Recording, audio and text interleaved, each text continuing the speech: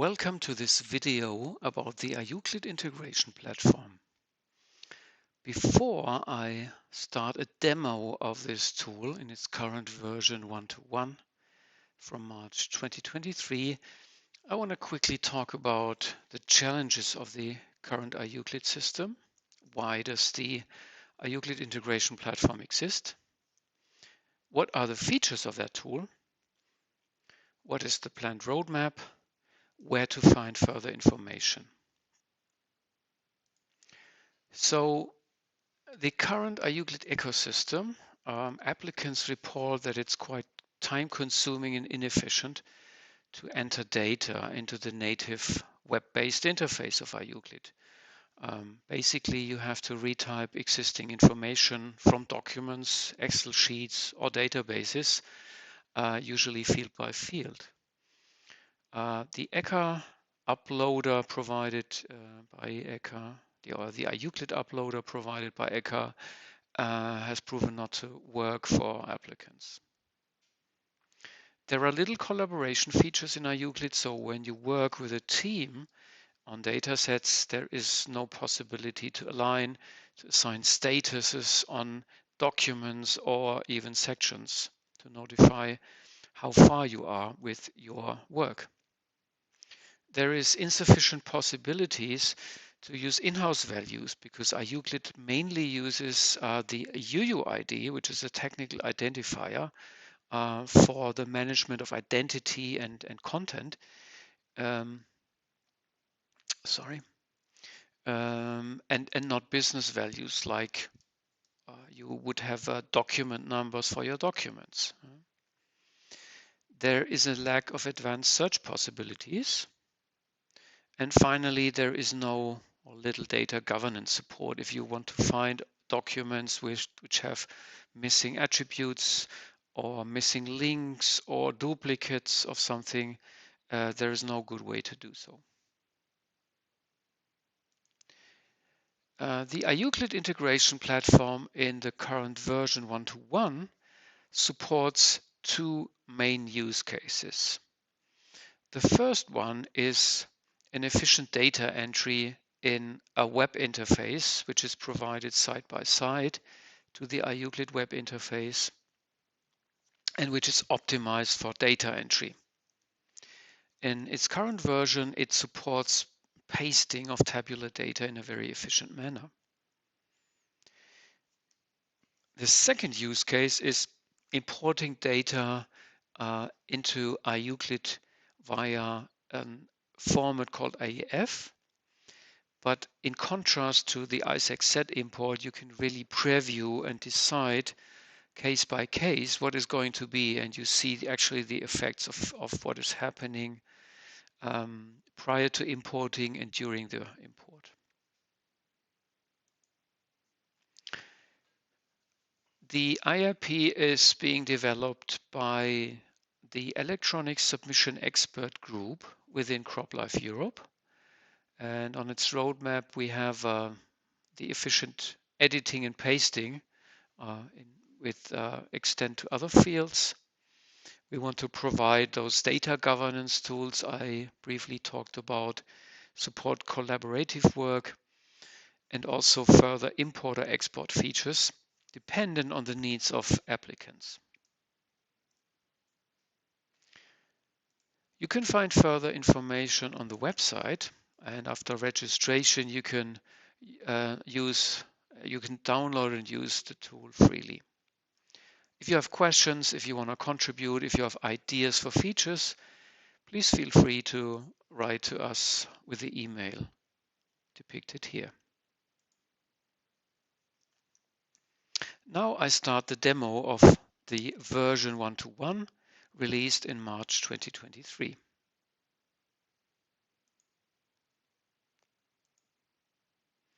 I have a local IUCLID server running here with some dummy data, and next to it I have the IIP running, which is also a web-based application.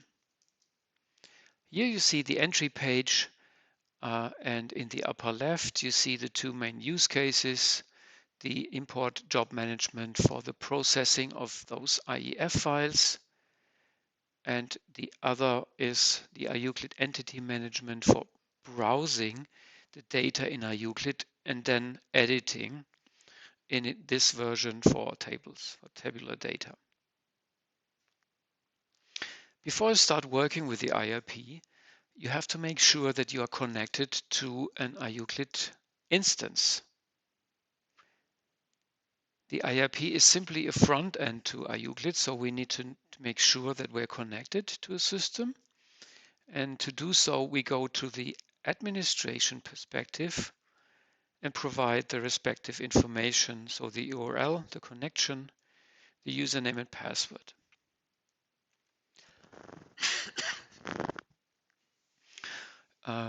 We don't store any information about the users and their passwords on the IIP server. This information is cached locally in your browser. So there is no different or no additional user management, and there's also no confidential data on the IIP server. Of course, you have to enter here credentials of a user which has the respective rights to change or create information in IUCLID. Let's start with the IUCLID entity management first. So let's see the browsing capabilities and the editing capabilities of tabular data. In the combo box in the upper left corner, you see that you can navigate to the main entities provided by IUCLID. So now we're looking at the list of the current substances, but we can also switch loading the literature references here. You see the respective symbol also in the upper left corner.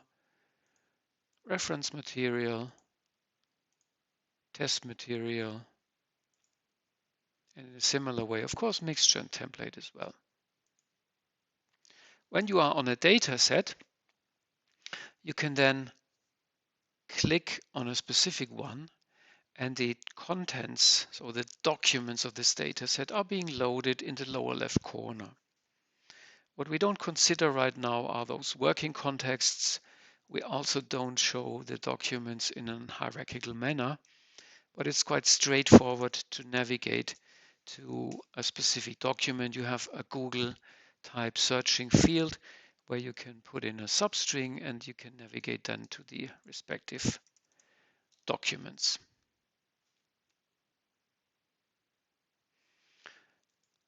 Okay, so now let's show what it means to enter data efficiently with the IIP.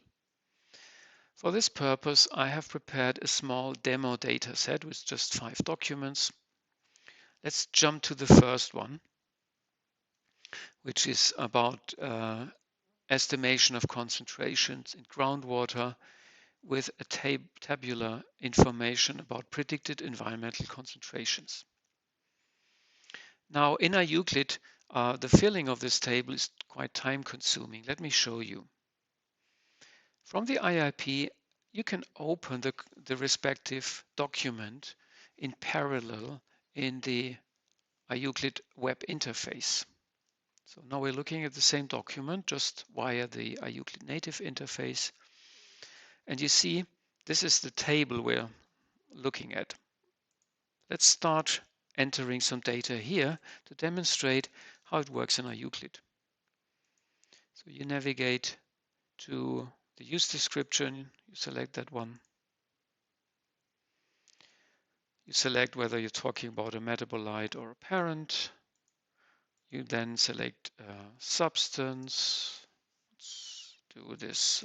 I have a demo substance here, so I need to search for that. There's some textual information. Again, pick lists with remarks, another pick list.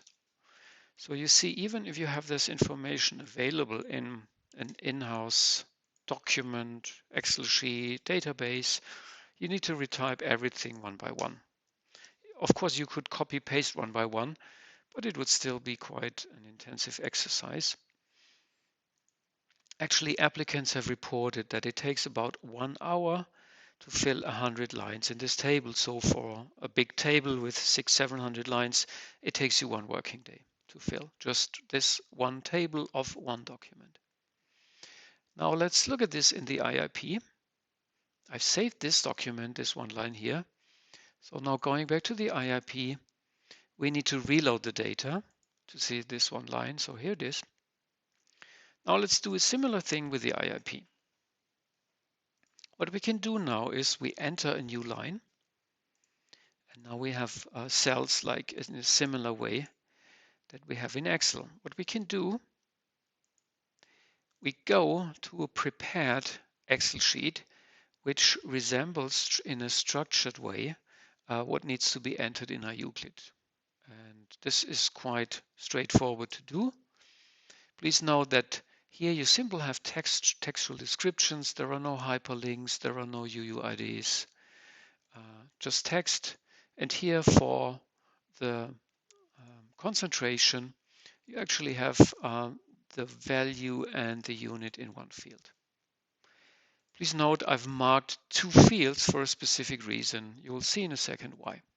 So now what I can do is I simply select a range. I press Ctrl C. So now I have this range in my Windows clipboard. I go back here into this cell and now I paste this information in this table. And you immediately see what has happened. So you have now in one go filled 17 lines. You could also copy 50, 100, 200 lines in a similar manner. And secondly, you see that all the entries have been validated and actually changed. So the system tells you that there is no use description with the title My Use Description Why, because we actually need to refer to that document, that specific one. This worked for the remaining entries, but not for that one. In a similar way, there is no substance, my demo substance X, just the demo substance here. So to quickly correct that, I simply delete those 2 lines. Now I have a valid document and I can save that. Now let's jump back, or we can do it this way as well. We reload the document in our Euclid and you see directly what has happened in the native interface as well. So now you see the textual descriptions have been transferred to hyperlinks. So the references have been made to other documents, to other data sets. And also, if we look at the pick lists, also the pick lists have been correctly filled. So all of this has been done in parallel to the pasting operation. Now, apologies. This method works for tables in all documents. So this is just one example. You can test this out with whatever table you want.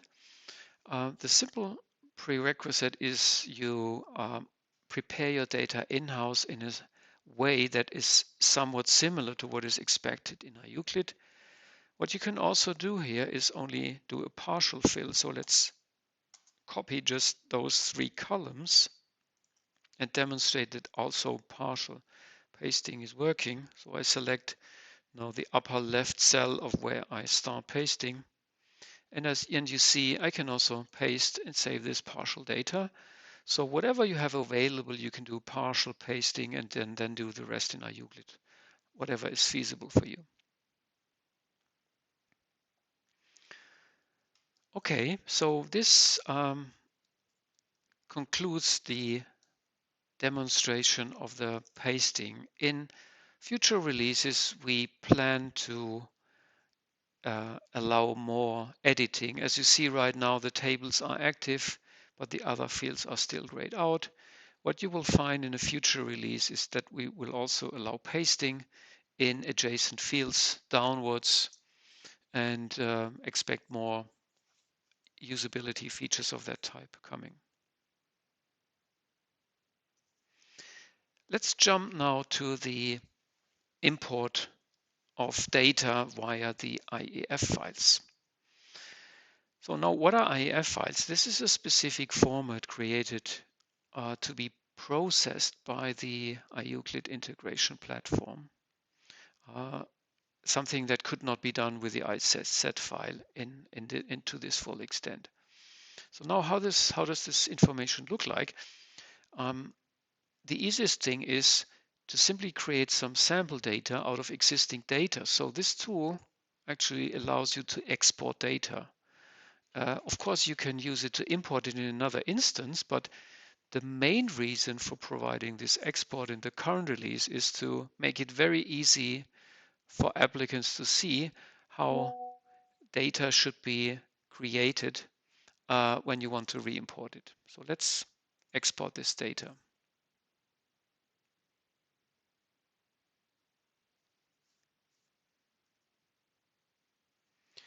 Now you see the file has been generated and downloaded into the downloads folder of the web browser. There are no attachments. If there were attachments, we would find the resulting files or zip file then in a server folder, because this may eventually become very, very large. So we're looking now at the downloads folder. So here it is. This is what the file actually looks like with those 5 documents of different type. And here you see the native format. So you may remember these are the actual data we've just pasted in. So you see very clearly in an alternative manner, you could also prepare those types of files with some macros, or from a database, or from an Excel sheet with some tools, and then process via the import. You can also do the following. Let's rename, or let's copy this to Excel. For simple entities, it is also possible to view and partially modify this information with Excel, but this may fail when this becomes more complex. So this is now an Excel view on the very same data. And you see here right now, Excel is apparently doing a bit of a mess to this milligram display. So the IIF file for simple entities like literature reference can be created and managed with Excel. For more complex types, this may become quite complex. There is a full-blown IIF syntax manual available for download to explain you the details. But to start, it is very easy just to look at existing data. Now, okay, let's take this data that we have in the downloads folder and simply re-import it to see what's happening. So we're copying this and we're putting it back into the import folder for the substance. And what we can do right now is we jump from the entity management to the import job management. Let's delete that. That was from a previous demo. Now we're still on the same data set, the IIP demo, and we can load and import IEF files. Now importing means first importing into the IUCLID user interface. This is not yet an import into IUCLID. Before any import in IUCLID is done, you can preview the data in a quite detailed manner. So now you see the 5 document instances that we exported. You see them back as import. And when I click on them, I see 2 things. First of all, I see here now, and these are in blue lines, this is the job data. This is the data in the IIF files. This is just the data we created before in our previous pasting exercise. This is not yet in IUCLID. This is what is in the job data. However, the system recognizes, okay, in this particular dataset IIP demo, there is already a document of the very same type and the very same title, which is suggested below. So if I click down here on the lower left side, I see now, and you see the color is turning to red, I see the data from IUCLID. Of course, it's not now the same because we just exported and imported, but in a real life example, you can now compare what is in IUCLID, what is in your job files, and make up a decision what you want to do. And the first decision is, for example, saying, okay, I don't want to import this at all. Let's go to that one, because I think this job has no data in it. It's just an empty document. It doesn't make sense to import. So let's delete this single job. There is gone. So now you've deleted that. A second decision that you can do is the following. If you now select a document, the system tells you how many actually matching candidates are there in your target IUCLID instances. In this case, the number is 3. So there are 3 documents of this type. There is one suggested which has the same name, of course, because we exported this. But now you can decide what to do. You can say no.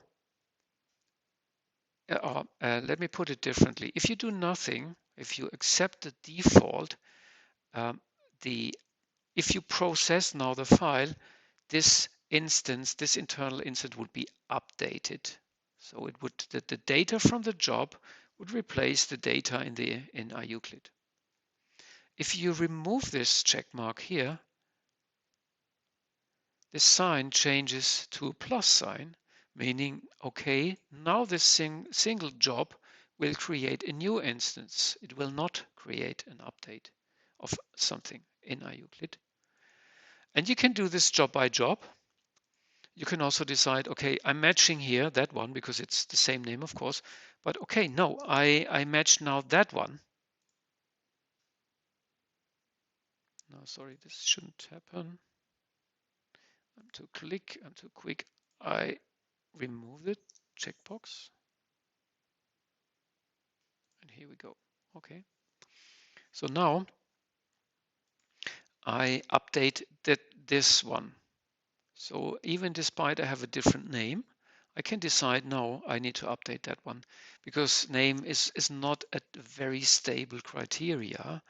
The problem with documents is that IUCLID does not allow you to store you any good in-house identifiers which you can use and also use via the interfaces for searching and comparison.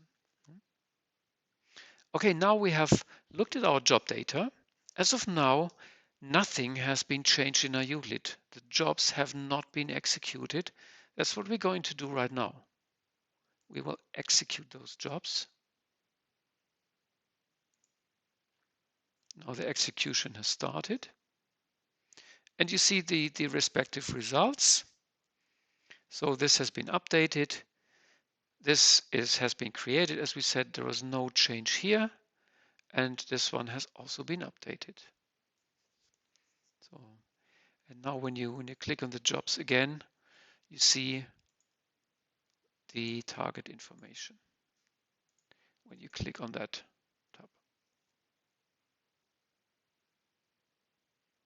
And you see now you can jump to the respective instance in IUCLID using this click on the UUID. So you can navigate between the two interfaces.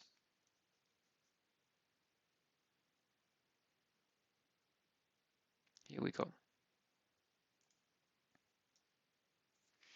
Okay, so this IAF file gives you now the possibility to load data in this efficient manner with the ability to preview the data, to decide what's going to happen. This is much more transparent than the black box approach that IUCLID is currently offering.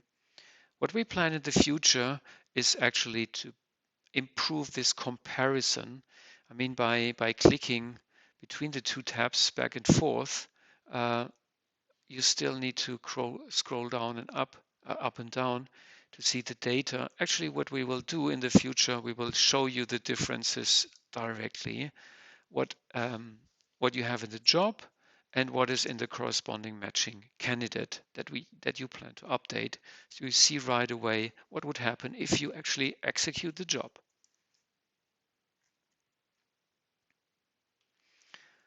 Okay, so this terminates this demonstration of this version 1.1.